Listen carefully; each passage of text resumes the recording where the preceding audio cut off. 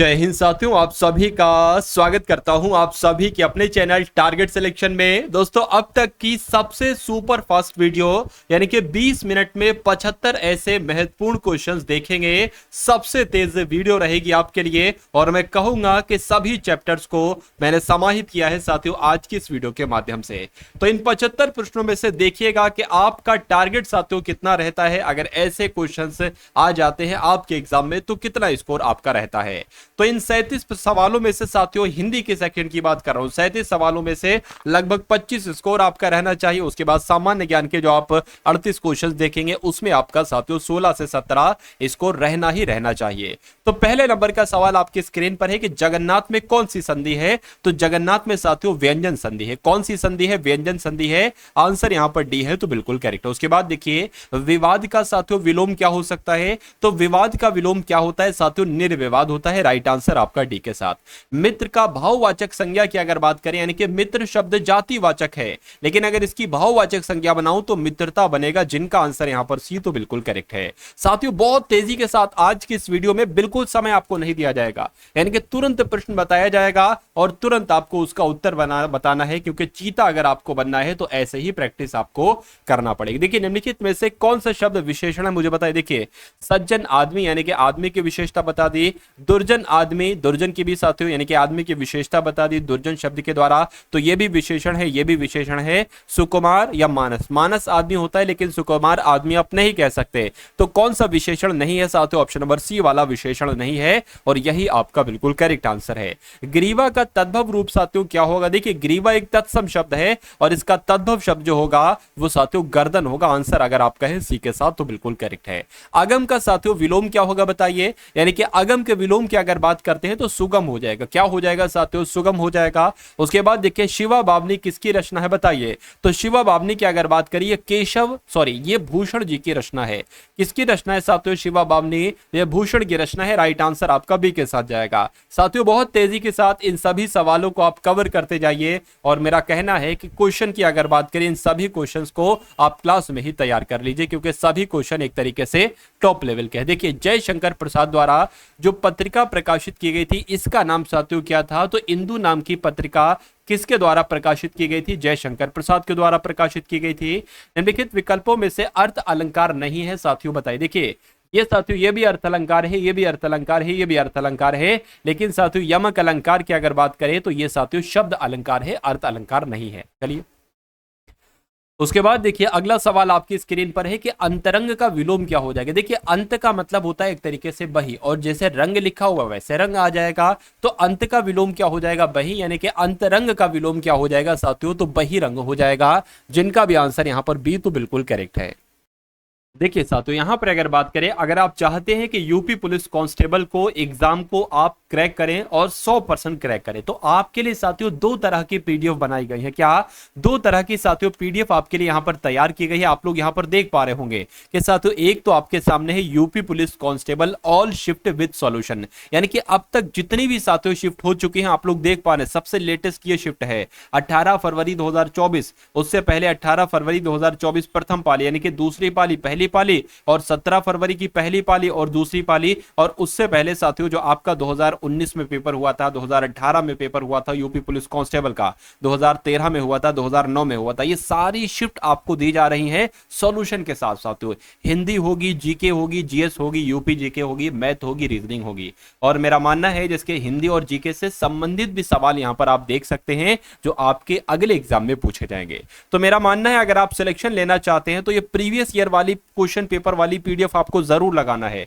और उसके अलावा साथियों अब आपका जो जैसा संभावित पेपर आ सकता है उस हिसाब से आपके लिए 10 प्रैक्टिस सेट साथियों तैयार किए गए हैं। तो ये दोनों पीडीएफ आप ले सकते हैं सिर्फ और सिर्फ साथियों 45 रुपए में। कितने रुपए में? 45 रुपए में। इसी वीडियो के डिस्क्रिप्शन में आपको एक लिंक मिलेगा, लिखा होगा पीडीएफ प्राप्त करने का लिंक। उस लिंक पर आप जैसे ही साथियों क्लिक करेंगे तो आप हमारी व्हाट्सएप टीम तक पहुंच जाएंगे और वहां पर साथियों आप मैसेज करेंगे, ठीक है, तो वहां पर आपको एक बारकोड दिया जाएगा। तुरंत आपको साथियों 45 रुपए का पेमेंट कर देना है और तुरंत उधर से पीडीएफ आपको ये दोनों पीडीएफ दे दी जाएंगी, ठीक है ना, कोई दिक्कत वाली बात नहीं है। चलिए अब हम लोग साथियों बढ़ते हैं, जो हम लोग क्लास कर रहे थे उसकी तरफ बढ़ते हैं। यहां पर अगर बात करते हैं हम लोग कि इन नामों में से एक की वर्तनी अशुद्ध है। किसकी वर्तनी अशुद्ध है मुझे बता दीजिए। चलिए देखिए यहां पर अगर बात करें, ये आपका साथियों कौशल्या बिल्कुल सही लिखा हुआ है, मैथिली शरण गुप्त भी बिल्कुल सही लिखा हुआ है, और मेघनाथ भी बिल्कुल सही लिखा हुआ है, राहुल भी सही लिखा हुआ है, लेकिन ये साथियों गलत है। ये कैसे सही प्रकार से लिखा जाएगा साथियों, ये लिखा होना चाहिए साथियों इस प्रकार से, सांकृत यायन। क्या राहुल सांकृत यायन नाम होता है? तो कुल मिला के कहां पर अशुद्धि है? ऑप्शन नंबर डी में अशुद्धि है। वह पहुंचा ही होगा, इस वाक्य में क्रिया का काल साथियों मुझे बताइए क्या होगा इसका सही जवाब बताइए। देखिए यहां पर अगर बात करते हैं साथियों तो संदिग्ध वर्तमान काल है। क्या संदिग्ध वर्तमान काल है? जिनका भी आंसर यहां पर ऑप्शन नंबर सी है, तो बिल्कुल करेक्ट भाई, बहुत बढ़िया, वेरी गुड क्लास। चलिए साथियों उसके बाद देखिए अगले नंबर का क्वेश्चन आपके स्क्रीन पर है, देखिए और मुझे बताइए कि सूर्य का पर्यायवाची क्या होगा, बताइए। चलिए तो सूर्य का पर्यायवाची इन चारों ऑप्शन में से साथियों क्या होगा? तो मैं कहूंगा मार्तंड होगा, यानी कि सूर्य का पर्यायवाची इसमें से साथियों मार्तंड होगा। अगला प्रश्न देखिए, उद्योग का संधि विच्छेद साथियों क्या होगा, बताइए। तो उद्योग की अगर बात करें उत और यहां नीचे हलंत भी जरूर आएगा और साथियों योग आ जाएगा। तो कुल मिला के जो लोग भी यहां पर ऑप्शन नंबर ए के साथ है बिल्कुल करेक्ट है। उपनिवेश से संबंध हो जिसका, उसके लिए एक शब्द साथियों क्या होगा बताइए। तो उसको साथियों औपनिवेशिक कहा जाता है। क्या कहा जाता है? यानी कि उपनिवेश से संबंध जिसका हो उसको औपनिवेशिक कहा जाता है। जिनका भी आंसर यहां पर बी के साथ है तो बिल्कुल करेक्ट है। उसके बाद देखिए साथियों धर्मयुग ये पत्रिका, ठीक है ना, इसके संपादक साथियों कौन है मुझे बताइए। देखिए धर्मयुग पत्रिका में शुरू में आ रहा है धर्म, और यहां पर भी आ रहा है धर्म, यानी कि मैं कहूंगा धर्मवीर भारती इसके संपादक हैं। किस पत्रिका के साथियों? धर्मयुग पत्रिका के। उसके बाद देखिए विस्तार का साथियों विलोम क्या होगा बताइए। तो विस्तार का विलोम संक्षेप होता है। क्या होता है साथियों? संक्षेप होता है। आंसर आपका जाएगा डी के साथ। इनमें से शुद्ध वर्तनी मुझे बताइए। देखिए परिणति साथियों कैसे लिखा जाता है, यानी कि कौन से ऑप्शन में बिल्कुल सही लिखा हुआ है? तो मैं कहूंगा साथियों परिणति तो आपका कुछ इस प्रकार से लिखा जाता है। और ऐसा कौन से ऑप्शन में लिखा है? ऐसा ऑप्शन नंबर सी में लिखा हुआ। भाई बहुत बढ़िया, वेरी गुड क्लास। उसके बाद देखिए अगला सवाल है कि इसमें से योगरुण शब्द आप मुझे बता दीजिए कौन सा योगरुण शब्द है। तो योगरुण की अगर बात करें तो वीणा पाणी यहां पर जो शब्द लिखा हुआ है ये आपका एक योगरुण शब्द ही है। भाई बहुत बढ़िया, वेरी गुड क्लास। बाल्टी कैसा शब्द है बताइए। तत्सम तद्भव देशज या साथियों विदेशज। तो बाल्टी शब्द की अगर बात करें तो ये साथियों विदेशज शब्द है। कैसा शब्द है ये साथियों? विदेशज शब्द है। आप लोग ध्यान रखेंगे साथियों। अगर आपने अभी तक इस वीडियो को लाइक नहीं किया है तो तुरंत साथियों वीडियो को लाइक कर दीजिए। और अगर आप चाहते हैं कि सिलेक्शन आपका बहुत आसानी से हो जाए तो इस चैनल पर अगर आप लोग नए हैं तो चैनल को भी तुरंत सब्सक्राइब करके बेल आइकन पर जरूर क्लिक कर लेंगे। चलिए तो बेइंसाफी की अगर बात करें, अगर इसमें से बे में हटा दूं तो शब्द क्या बन जाएगा? इंसाफी बन जाएगा एक तरीके से। यानी कि उपसर्ग की अगर बात करते हैं तो ये जो बे शब्द है ना यही तो साथियों आपका उपसर्ग है। इसलिए जो लोग भी यहां पर ऑप्शन नंबर ए के साथ हैं तो बिल्कुल करेक्ट है। उसके बाद देखिए कि कौन सा एक वाक्य शुद्ध नहीं है, यानी कि एक वाक्य यहां पर साथियों गलत है और 3 वाक्य सही हैं। आपको बताना है कौन सा गलत है। देखिए उसने केवल मुझे आमंत्रित किया, इसमें कोई दिक्कत नहीं, बिल्कुल शुद्ध वाक्य है। सभी को देश की संस्कृति का सम्मान करना चाहिए, यह भी बिल्कुल सही है। आपने उसे टका सा जवाब दे दिया, इसमें भी कोई दिक्कत नहीं है, ठीक है ना। उसके बाद चौथे वाले को अगर यहां पर हम लोग देखें कि शिष्य गुरुजी के पैर में गिर पड़े, देखिए पैर में गिर पड़े नहीं होना चाहिए, पैरों में गिर पड़े होना चाहिए। तो कुल मिला के दिक्कत कुछ यहां पर है। तो कुल मिला के अशुद्ध शब्द आपका, अशुद्ध वाक्य आपका कौन सा होगा? ऑप्शन नंबर डी वाला होगा। भाई बहुत बढ़िया, वेरी गुड क्लास। साथियों आप सभी को पता है कि इस चैनल पर यानी कि टारगेट सिलेक्शन चैनल पर, ठीक है ना, टारगेट सिलेक्शन चैनल की अगर बात करते हैं तो रोज रात्रि 8 बजे साथियों, रोज रात्रि 8 बजे आपकी एक क्लास होती है। उस क्लास में साथियों हम लोग क्या डिस्कस करते हैं? पहले हिंदी को पढ़ते हैं, उसके बाद साथियों जीएस को पढ़ते हैं, यूपी जीके को पढ़ते हैं, ठीक है ना, मैथ को पढ़ते हैं, रीजनिंग को पढ़ते हैं। यानी कि आपके पेपर की जो सबसे बढ़िया तरीके से तैयारी चल रही है वो टारगेट सिलेक्शन पर साथियों चल रही है, ठीक है ना, टारगेट सिलेक्शन पर चल रही है। तो इस चैनल को आप लोग सब्सक्राइब कर लीजिए, बेल आइकन पर क्लिक कर लीजिए और डेली रात्रि 8 बजे उपस्थित हो जाया करिए अगर आप वर्दी लेना चाहते हैं। चलिए खाद्य सामग्री जो यात्रा के समय रास्ते में उपभोग के लिए दी जाती है उसको क्या कहा जाता है? उसको साथियों पाथेय कहा जाता है। क्या कहा जाता है साथियों? पाथेय कहा जाता है। उसके बाद देखिए प्रत्येक का संधि विच्छेद क्या होगा बताइए। तो प्रतिधन एक जो होगा ये प्रत्येक का संधि विच्छेद हो जाएगा। बालकृष्ण भट्टे द्वारा संपादित पत्रिका का नाम साथियों मुझे बताइए। तो यहां पर अगर बात करें साथियों हिंदी प्रदीप, ये साथियों किसकी एक तरीके से पत्रिका है? तो बालकृष्ण भट्ट की यह पत्रिका है हिंदी प्रदीप। उसके बाद देखिए वर्तनी की दृष्टि से शुद्ध रूप मुझे बताइए, यानी कि वंदना कैसे लिखा जाता है। तो वंदना की अगर बात करें तो वंदना साथियों इस प्रकार से लिखा जाता है, ठीक है ना। और वंदना ऐसा कहां पर लिखा हुआ है, ऐसा ऑप्शन नंबर डी में लिखा हुआ है। तो जिनका आंसर यहां पर है ऑप्शन नंबर डी के साथ, तो बिल्कुल करेक्ट है।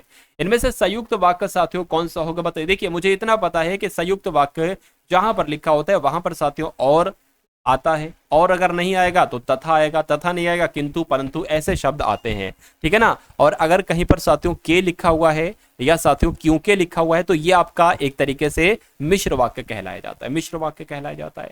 वह खाना खाकर सो गया, ये तो सरल वाक्य है। उसने खाना खाया और सो गया, अब देखिए यहां पर और आ गया, और मैंने आपको बताया था कि अगर कहीं भी और आ रहा है तो वो आपका संयुक्त वाक्य होता है, ठीक है। तो ये आपका क्या हो जाएगा, संयुक्त वाक्य हो जाएगा। उसके बाद देख लीजिए कि गीता जिस घर में रहती है बहुत गंदा है, रूपा चाहती है कि वह नौकरी करे, तो यहां पर के आ गया, ये साथियों मिश्र वाक्य हो जाएगा। उसके बाद देखिए उद्यम का साथियों विलोम क्या होगा बताइए। तो उद्यम का विलोम साथियों आलस्य होगा, क्या होगा, उद्यम का विलोम क्या होगा साथियों, आलस्य होगा। आंसर आपका बी के साथ जाएगा। अगला सवाल आपके स्क्रीन पर है, बताइए कि इनमें से वर्तनी की दृष्टि से शुद्ध शब्द कौन सा है बताइए। चलिए देखिए अनुषंगिक नहीं होता, अनुषांगिक होता है। सहस्त्र भी यहाँ थोड़ा सा दिक्कत लग रहा है, षष्टम नहीं है। अंतर्धान की अगर बात करते हैं साथियों यहाँ पर हम लोग, तो ठीक है ना, वर्तनी की दृष्टि से शुद्ध आपका जो होगा वो अंतर्धान हो जाएगा। चलिए मोक्ष की इच्छा रखने वाले के लिए एक शब्द साथियों क्या होगा बताइए। तो उसको तो मुमुक्षु कहते हैं, बहुत आसान सा प्रश्न है। मोक्ष की इच्छा रखने वाले को क्या कहा जाता है साथियों, मुमुक्षु कहा जाता है। जिनका भी आंसर यहाँ पर मुमुक्षु है तो बिल्कुल करेक्ट भाई, बहुत बढ़िया, वेरी गुड क्लास। चलिए साथियों उसके बाद देखिए अगला सवाल आपके स्क्रीन पर है कि चूरन का तत्सम क्या होगा। तो चूरन का तत्सम साथियों क्या होगा, चूर्ण होगा। क्या होगा साथियों, चूर्ण होगा। उसके बाद देखिए इनमें से शब्द की वर्तनी अशुद्ध, यानी कि कौन से शब्द की वर्तनी आपको गलत लगे। देखिए टिप्पणी बिल्कुल सही लिखा हुआ है, ज्योत्सना बिल्कुल सही लिखा हुआ है, मार्तंड बिल्कुल सही लिखा हुआ है। यहां पर भास्कर नहीं होता है साथियों, भास्कर होता है, ठीक है। तो दिक्कत कहां पर है, अशुद्धि कहां पर है, ऑप्शन नंबर सी वाले में है। हिंदी साहित्य के प्रयोगवाद के प्रवर्तक किसको कहा जाता है बताइए। देखिए यहां पर अगर बात करते हैं सच्चिदानंद हीरानंद वात्स्यानंद आगे की, तो इनको ही हिंदी साहित्य के प्रयोगवाद का प्रवर्तक माना जाता है। आंसर आपका जाएगा आगे के साथ। कर्कश का विलोम बताइए मुझे साथियों क्या होता है, कठोर, विवेकी, मधुर या विनम्र। तो यहां पर आपका राइट आंसर जो होना चाहिए वो साथियों डी के साथ जाना चाहिए। क्यों, क्योंकि कर्कश का विलोम क्या होता है साथियों, आप लोग ध्यान रखें, कर्कश का विलोम विनम्र ही होता है। उसके बाद देखिए शुद्ध वाक्य मुझे बताइए कि शुद्ध वाक्य यहां पर आपको कौन सा लग रहा है बताइए। देखिए यहां पर अगर हम लोग बात करते हैं कि पर्वत का शिखर ऊंचे है, गलत। पर्वतों का शिखर ऊंचा है, गलत। पर्वत के शिखर ऊंचा है, गलत। पर्वत के शिखर ऊंचे हैं भी यहां पर आना चाहिए, ठीक है। तो ये आपका बिल्कुल सही वाक्य हो जाएगा और यही आपका राइट आंसर हो जाएगा। निम्नलिखित में से पुल्लिंग शब्द कौन सा नहीं है साथियों बताइए। पुल्लिंग शब्द नहीं है, यानी कि स्त्रीलिंग आपसे पूछा जा रहा है कि इसमें से कौन सा शब्द स्त्रीलिंग है। देखिए रत्न कैसा है तो पुल्लिंग हो जाएगा, मोती कैसा है पुल्लिंग हो जाएगा, नकल कैसी है क्या हो जाएगी, स्त्रीलिंग हो जाएगी, और यही आपका सही जवाब हो जाएगा। बाकी बचपन कैसा है, बचपन भी आपका पुल्लिंग ही हो जाएगा। निम्नलिखित पद एक प्रत्यय लगाने से बने हैं, इनमें से कौन सा पद साथियों गलत है मुझे बताइए। तो यहां पर अगर बात करें साथियों क्या कि दैविक में एक प्रत्यय लगा है, बिल्कुल। मानसिक में भी लगा है, मौखिक में भी लगा है, लेकिन अधिक शब्द में एक प्रत्यय नहीं लगा है, नहीं लगा है। तो यही आपका राइट आंसर हो जाता भाई, बहुत बढ़िया, वेरी गुड क्लास। ये क्वेश्चन तो साथियों रिपीट हो गया कि इनमें से एक शब्द की वर्तनी अशुद्ध है, भास्कर होना चाहिए, भास्कर नहीं होता है। उसके बाद देखिए उत्तर प्रदेश में उगाई जाने वाली निम्नलिखित फसलों में से किसकी अवधि न्यूनतम होती है। यानी कि उत्तर प्रदेश में उगाई जाने वाली ऐसी कौन सी फसल है जो सबसे कम समय में बनकर तैयार हो जाती है। तो मैं कहूंगा मूंग की जो दाल होती है ना, इसकी फसल सबसे कम समय लेती है तैयार होने में। चलिए उसके बाद देखिए उत्तर प्रदेश में राज्य सूचना आयोग का गठन इनमें से किस वर्ष किया गया। तो 2005 में किया गया, ये आप लोग मालूम होना चाहिए। यानी कि 2005 में उत्तर प्रदेश में राज्य सूचना आयोग का गठन किया जाता है, जिनका आंसर यहां पर ऑप्शन नंबर ए है, तो बिल्कुल करेक्ट है। चलिए उसके बाद देखिए अगला सवाल है कि जनगणना 2011 के अंतिम आंकड़ों के अनुसार सबसे ज्यादा साक्षरता वाला जिला साथियों कौन सा था बताइए। तो कौन सा था साथियों, गाजियाबाद था। ये आप लोग ध्यान रखेंगे। आंसर अगर आपका भी ऑप्शन नंबर बी के साथ, तो बिल्कुल करेक्ट भाई, बहुत बढ़िया, वेरी गुड क्लास। चलिए साथियों उसके बाद देखिए अगला सवाल आपकी स्क्रीन पर है। यहां पर अगर बात करते हैं ये जनगणना 2011 के अंतिम आंकड़ों के अनुसार सबसे कम जनसंख्या वाला जिला कौन सा है। तो सबसे अधिक जनसंख्या अगर आपसे पूछा जाता है तो प्रयागराज आप बताते हैं, लेकिन सबसे कम जनसंख्या वाला जिला अगर आपसे पूछा जाए तो महोबा आपको बताना है। क्या साथियों आपको बताना है? महोबा आपको बताना है। उसके बाद देखिए अगला सवाल है कि निम्नलिखित में से कौन सुमेलित नहीं है, मुझे बताइए। देखिए अगर बात करते हैं साथियों यहां पर कौन सुमेलित नहीं है, देखिए और मुझे बता दीजिए राइट आंसर क्या। देखिए बिरजू महाराज कथक से संबंधित हैं, बिस्मिल्लाह खां साथियों शहनाई से संबंधित हैं, और जाकिर हुसैन की अगर बात करते हैं तो ये तो सरोद वादक है, यानी कि सरोद से ये संबंधित हैं, ये हारमोनियम से थोड़ी ना संबंधित हैं। उसके अलावा अमजद अली खान साथियों सरोद वादक हैं, यानी कि कौन सा सुमेलित नहीं है, तो ऑप्शन नंबर सी वाला सुमेलित नहीं है। नहीं है तो यही आपका बिल्कुल करेक्ट आंसर है। संगीत शिक्षा के लिए उत्तर प्रदेश का प्रथम संगीत महाविद्यालय साथियों कौन सा है, मुझे बताइए। चलिए तो आप लोग ध्यान रखेंगे भातखंडे हिंदुस्तान संगीत महाविद्यालय आपका राइट आंसर हो जाएगा। मोतीलाल नेहरू बाल संग्रहालय कहां पर है, तो ये कहां पर है, ये लखनऊ में है, आपको मालूम होना चाहिए। आंसर आपका सी के साथ जाएगा। उत्तर प्रदेश में जैन धर्म और बौद्ध धर्म दोनों का प्रसिद्ध तीर्थ स्थल साथियों कौन सा है, बहुत शानदार क्वेश्चन है ये। तो कुल मिला के अगर आपसे पूछा जाए तो कौशाम्बी आपको बताना है, यानी कि कौशाम्बी जो है ये जैन धर्म का भी एक तीर्थ स्थल है और बौद्ध धर्म का भी साथियों एक तीर्थ स्थल ही है। उसके बाद देखिए अगला सवाल है कि अमीर खुसरो ने किसके विकास में अग्रणी भूमिका निभाई, तो खड़ी बोली के विकास में साथियों अमीर खुसरो ने अग्रणी भूमिका निभाई, यानी कि अहम योगदान दिया। उत्तर प्रदेश सांस्कृतिक केंद्र साथियों कहां पर स्थित है, तो ये इलाहाबाद में स्थित है, यानी कि साथियों अगर बात करते हैं तो ये प्रयागराज में अगर ऑप्शन में आपके आए तो प्रयागराज आप लोग लगा देंगे, कोई दिक्कत नहीं है।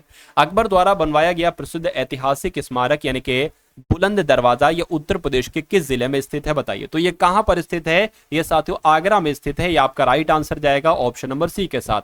उसके बाद देखिए निम्नलिखित में से कौन सा युग्म सही नहीं है, मुझे बताइए। देखिए लखनऊ की अगर बात करें, लखनऊ में ही है साथियों इमामबाड़ा भी है और छोटा इमामबाड़ा भी है। उसके अलावा अगर बात करते हैं निशांत बाग ये जम्मू कश्मीर में है, फिरोजशाह कोटला दिल्ली में है, लेकिन हुमायूं के मकबरे की अगर बात करते हैं तो ये साथियों इलाहाबाद में नहीं है, ये दिल्ली में है। ये कहां पर है साथियों, दिल्ली में है। तो कौन सा सुमेलित नहीं होगा, ऑप्शन नंबर डी वाला सुमेलित नहीं होगा, और यही आपका बिल्कुल करेक्ट आंसर हो जाता है भाई, बहुत बढ़िया, वेरी गुड क्लास। उसके बाद देखिए दिल्ली में कुतुब मीनार दुनिया का सबसे ऊंचा ईंट का बनी मीनार है। इनमें से कौन से राजा ने इसके निर्माण में योगदान नहीं दिया था। देखिए 3 ऐसे शासक हुए जिनका योगदान रहा कुतुब मीनार के निर्माण में, लेकिन एक ऐसा शासक नहीं था जिसका योगदान नहीं रहा।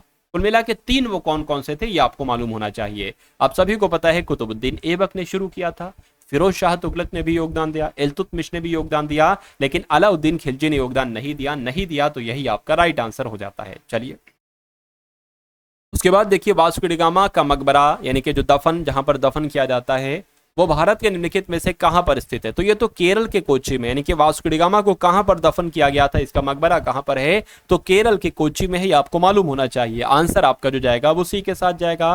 किस संत को रामायण के रचयिता वाल्मीकि का अवतार माना जाता है, साथियों बताइए, बहुत शानदार क्वेश्चन है। तो यहां पर अगर बात करते हैं तुलसीदास की, यानी कि तुलसीदास को रामायण के रचयिता वाल्मीकि का अवतार माना जाता है, तो ये बात बिल्कुल सही है। इनमें से कौन सा सुमेलित नहीं है, मुझे बताइए। देखिए यहां पर अगर बात करें बाबर नामा का संबंध बाबर से है, बिल्कुल सही है। शाहजहां नामा की अगर बात करें साथियों तो ये मोहम्मद ताहिर ने लिखा है, बिल्कुल सही है। हुमायूं नामा साथियों तो गुलबदन बेगम ने लिखा था, क्या गुलबदन बेगम ने लिखा था साथियों, तो तुजुके जहांगीर ने, बिल्कुल। तो कुल मिला के कौन सा सुमेलित नहीं है, ऑप्शन नंबर सी वाला सुमेलित नहीं है, तो यही आपका बिल्कुल करेक्ट आंसर है।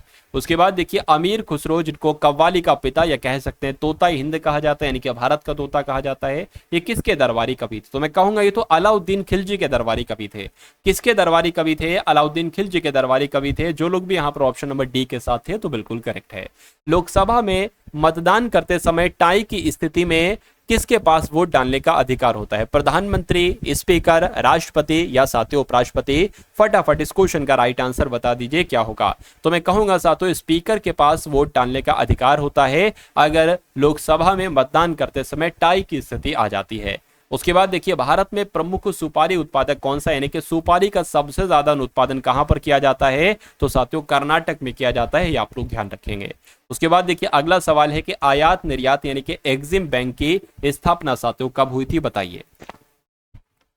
तो यहां पर अगर बात करते हैं साथियों 1982 में आयात निर्यात बैंक यानी कि एग्जिम बैंक की स्थापना हुई थी, बात आपको मालूम होना चाहिए। उसके बाद देखिए अगले नंबर का साथियों सवाल आपकी स्क्रीन पर है, बताइए। ठीक है ना। तो कुल मिला के अगर बात करें 80 डेसिबल आपका राइट आंसर हो जाएगा। क्या आपका राइट आंसर होगा? कितने माप से अधिक ध्वनि को शोर का नाम दिया जाता है? 80 डेसिबल से अधिक माप को एक तरीके से, ठीक है ना, माप से अधिक ध्वनि को शोर का नाम दिया जाता है। उसके बाद देखिए साथियों, देखिए और कुल मिला के इस क्वेश्चन का राइट आंसर आप लोग बताने की कोशिश करेंगे, क्या इसका सही जवाब होगा। चलिए, तो निम्नलिखित में से कौन सा पदार्थ एक ध्वनिक पदार्थ है, यानी कि जिसमें ध्वनि संचरण एक तरीके से कर सकती है? तो लोहे में कर सकती है। आंसर आपका डी के साथ जाएगा। बिजली के करंट का एसआई यूनिट साथियों क्या है, मुझे बताइए। चलिए, तो यहां पर अगर बात करें साथियों, एम्पियर आपका राइट आंसर हो जाएगा। जिनका भी आंसर यहां पर डी तो बिल्कुल करेक्ट है। उसके बाद देखिए अगला सवाल है कि एंटोमोलॉजी का संबंध किससे, यानी कि कीटों के अध्ययन को क्या कहा जाता है? एंटोमोलॉजी कहा जाता है। किस रक्त समूह को सार्वत्रिक दाता कहा जाता है? तो किसको साथियों? ब्लड ग्रुप ओ को क्या कहा जाता है? सार्वत्रिक दाता कहा जाता है। कौन सा अंग वसा को तोड़कर कोलेस्ट्रॉल बनाता है? तो यकृत की अगर बात करें, यह अंग वसा को तोड़कर कोलेस्ट्रॉल बनाता है। निम्नलिखित में से कौन शरीर निर्माण आहार है? तो मैं कहूंगा प्रोटीन की अगर बात करें तो प्रोटीन ही साथियों शरीर निर्माण आहार है। उसके बाद देखिए इराविकुलम राष्ट्रीय उद्यान साथियों ये कहां पर है, यानी कि किस राज्य में है, ये मुझे बताइए। तो यहां पर अगर बात करें, यह साथियों केरला में है, इराविकुलम राष्ट्रीय उद्यान। कीठम झील और सुर सरोवर पक्षी अभ्यारण्य निम्नलिखित में से किस शहर के पास है? तो ये कहां पर है साथियों? ये साथियों आगरा में है। क्या आगरा में ही? बात आपको मालूम होना चाहिए। उसके बाद देखिए अगला सवाल है कि निम्नलिखित में से किस ब्रिटिश योजना ने पाकिस्तान की मांग को अमान्य कर दिया था? तो किसने ऐसा किया था साथियों? क्या आपका राइट आंसर होगा कैबिनेट मिशन आपका सही जवाब हो जाएगा, यानी कि कैबिनेट मिशन ने, ठीक है ना, पाकिस्तान की मांग को अमान्य कर दिया था। निम्नलिखित में से किसने सभी तीनों गोलमेज सम्मेलन में भाग लिया? तो साथियों भीमराव अंबेडकर ने तीनों गोलमेज सम्मेलनों में भाग लिया था। उसके बाद देखिए भारत छोड़ो आंदोलन या अगस्त आंदोलन 8 अगस्त 1942 को हुआ था महात्मा गांधी जी के द्वारा। तो महात्मा गांधी जी के द्वारा अखिल भारतीय कांग्रेस समिति के कहाँ के सत्र में चलाया गया ये आंदोलन था? ये तो साथियों बंबई में चलाया गया था। ये नारा भी साथियों बंबई में ही दिया गया था। तो कुल मिला के जिनका भी आंसर यहाँ पर बी तो बिल्कुल करेक्ट है। आदमी का लालच अपराध का प्रभावी का कारण है, ये कथन साथियों किसका है? तो ये कथन तो प्लेटो का है कि आदमी का लालच अपराध का प्रभावी कारण है। उसके बाद देखिए भारत का संविधान संविधान सभा द्वारा कब अपनाया गया था? और 26 जनवरी 1950 को लागू हो गया था। यानी कि लागू तो हुआ था 26 जनवरी 1950 को, लेकिन अपनाया कब गया था साथियों? आपसे पूछा जा रहा है। तो अपनाया गया था 26 नवंबर 1949 को, ठीक है ना। उसके बाद देखिए अगला सवाल है कि अंतरराष्ट्रीय शांति और सुरक्षा को बढ़ावा देने से संबंधित प्रावधान संविधान के इनमें से कौन से एक भाग में साथियों है? तो मैं कहूंगा ये चीज तो राज्य के नीति निर्देशक सिद्धांत में है। ये किस भाग में है? ये राज्य के नीति निर्देशक सिद्धांत में है। ये बात आपको मालूम होना चाहिए। उसके बाद देखिए उस भारतीय प्रधानमंत्री का क्या नाम है जिन्होंने संसद में यह घोषणा की है कि वह मंडल आयोग की सिफारिशों को लागू करेंगे? इस घोषणा से भारत में देशव्यापी साथियों विरोध शुरू हो गया था, मुझे बताइए। चलिए, तो यहां पर आपका राइट आंसर जाएगा वो वीपी सिंह के साथ जाएगा। यानी कि वीपी सिंह साथियों प्रधानमंत्री हैं जिन्होंने संसद में यह घोषणा की थी कि वह मंडल आयोग की सिफारिशों को लागू करेंगे। इस घोषणा से भारत में देशव्यापी विरोध शुरू हो गया था। उसके बाद देखिए साथियों अगले नंबर का सवाल आपकी स्क्रीन पर है कि भारतीय संविधान का कौन सा अनुच्छेद कानून के समक्ष समानता प्रदान करता है? तो मैं कहूंगा अनुच्छेद 14 साथियों कानून के समक्ष समानता प्रदान करता है, यानी कि सभी के लिए कानून एक समान होगा। ऐसा नहीं साथियों इस व्यक्ति के लिए, इस व्यक्ति को इस जुर्म की ये सजा दी गई तो दूसरे व्यक्ति को उसी जुर्म की कुछ और सजा दी जाएगी। नहीं साथियों, कानून सबके लिए समान है और इस बात का जिक्र अनुच्छेद 14 में किया गया है। तो कुल मिला कि ये क्लास आपको कैसी लगी एक बार कमेंट सेक्शन में आप लोग जरूर बताएंगे। और जिस पीडीएफ के बारे में आपको बताया गया था साथियों, 2 तरह की पीडीएफ आपको, ठीक है ना, दी जा रही है साथियों। ठीक है, 2 तरह की पीडीएफ आपको दी जा रही है सिर्फ और सिर्फ 45 रुपए में। उसका लिंक आपको डिस्क्रिप्शन में मिल जाएगा। मेरा मानना है कि अगर इन दोनों पीडीएफ को आप पढ़ लेते हैं तो कुछ नहीं 65% आपका पेपर साथियों यहीं से बच सकता है। और उसके अलावा साथियों यूपी पुलिस कांस्टेबल प्लेलिस्ट करके एक लिंक होगा साथियों डिस्क्रिप्शन में। मेरा मानना है उस पूरी प्लेलिस्ट को ही अंत तक देख लीजिएगा, एग्जाम आपका बहुत आसानी से क्रैक हो जाएगा। तो ये क्लास आपकी डेली होती है और रात्रि 8 बजे भी आपकी क्लास होती है चारों विषयों का निचोड़ वाली। तो इन दोनों क्लासेस को आप लोग देखेंगे और अपने एग्जाम को बहुत आसानी से फतेह करेंगे। कुल मिला के साथियों अगर आपने चैनल को सब्सक्राइब कर दिया है तो बहुत अच्छी बात है, लेकिन नहीं किया है तो तुरंत साथियों चैनल को सब्सक्राइब करके बेल आइकन पर क्लिक कर लीजिए। तो मिलते हैं हम सभी लोग आने वाली वीडियो में। जय हिंद साथियों।